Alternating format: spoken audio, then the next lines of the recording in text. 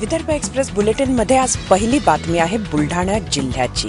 इथल्या नांदुरा कृषी उत्पन्न बाजार समितीमध्ये तो घोटाळा समोर आलेला आहे ज्याबद्दल मुख्यमंत्री बोलत होते. इथे तुरीच्या खरेदीमध्ये 1.5 एकर शेती असलेल्या 7-12वर चक्क 150 क्विंटल तूर ही विकल्या गेली आहे. अशा पद्धतीच्या अनेक केसेस इथे समोर आल्या आहेत.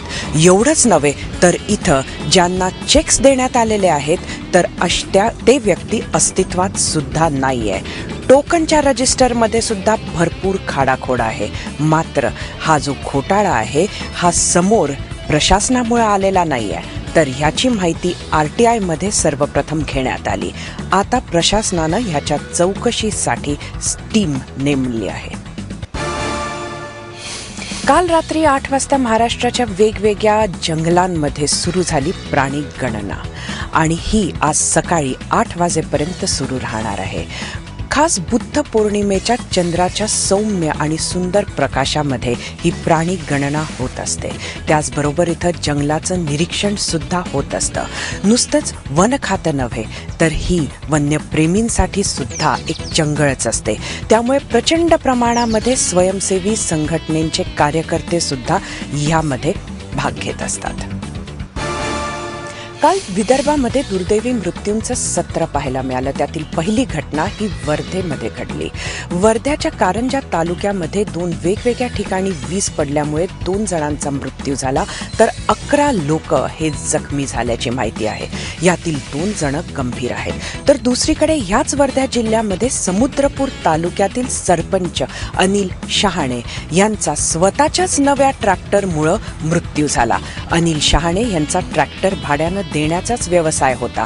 नवीन ट्रॅक्टर आले आणि पहिल्यांदाच हे ट्रॅक्टर त्यांनी काढलं. एका शेतामध्ये ते नेलं होतं भाड्यानं. मात्र तिथं काहीतरी पाहिला ते ट्रॅक्टरवरून उतरले असताना हात ॲक्सिलरेटरवर पडला आणि त्याच ट्रॅक्टर खाली दबून त्यांचा मृत्यू झाला. अशाच 2 दुर्दैवी घटना ह्या गडचिरोली जिल्ह्यात सुद्धा काल पाहायला मिळाल्या.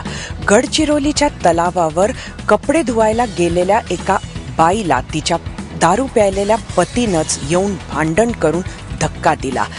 ही बाई तलावात पडली आणि तलावात पडून तिचा मृत्यू झाला. इतर महिलांनी तिला बचावण्याचा प्रयत्न केला मात्र तरीही त्या तिला वाचवू शकल्या नाही. तर दुसरी घटना ही गडचिरोली जिल्ह्याच्या अहेरीमध्ये झाली. नदीवर प्राणहिता नदीवर हातपाय धुवायला गेलेल्या महिलेचा सुद्धा तोल गेला. ती नदीत पडली आणि तिचा मृत्यू झाला. बुडून मृत्यूचं एक प्रकरण यवतमाळ जिल्ह्यात सुद्धा झालेलं आहे. राळेगाव येथे वैशाख पौर्णिमेच्या निमित्तानं देवाला धुण्याच्या एका कार्यक्रमासाठी नदीवर गेलेल्या एका तरुणाचा बुडून मृत्यू झाला. त्याच्या मित्राला मात्र गावकऱ्यांनी वाचवलं.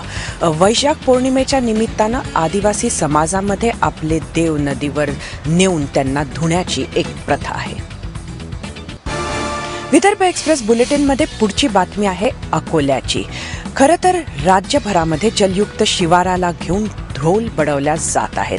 मात्र असं असताना अकोला जिल्ह्यात मात्र काम अत्यंत संथ गतीनं सुरू आहे आणि ही माहिती थेट जलसंधारण मंत्री राम शिंदे यांनी दिलेली आहे.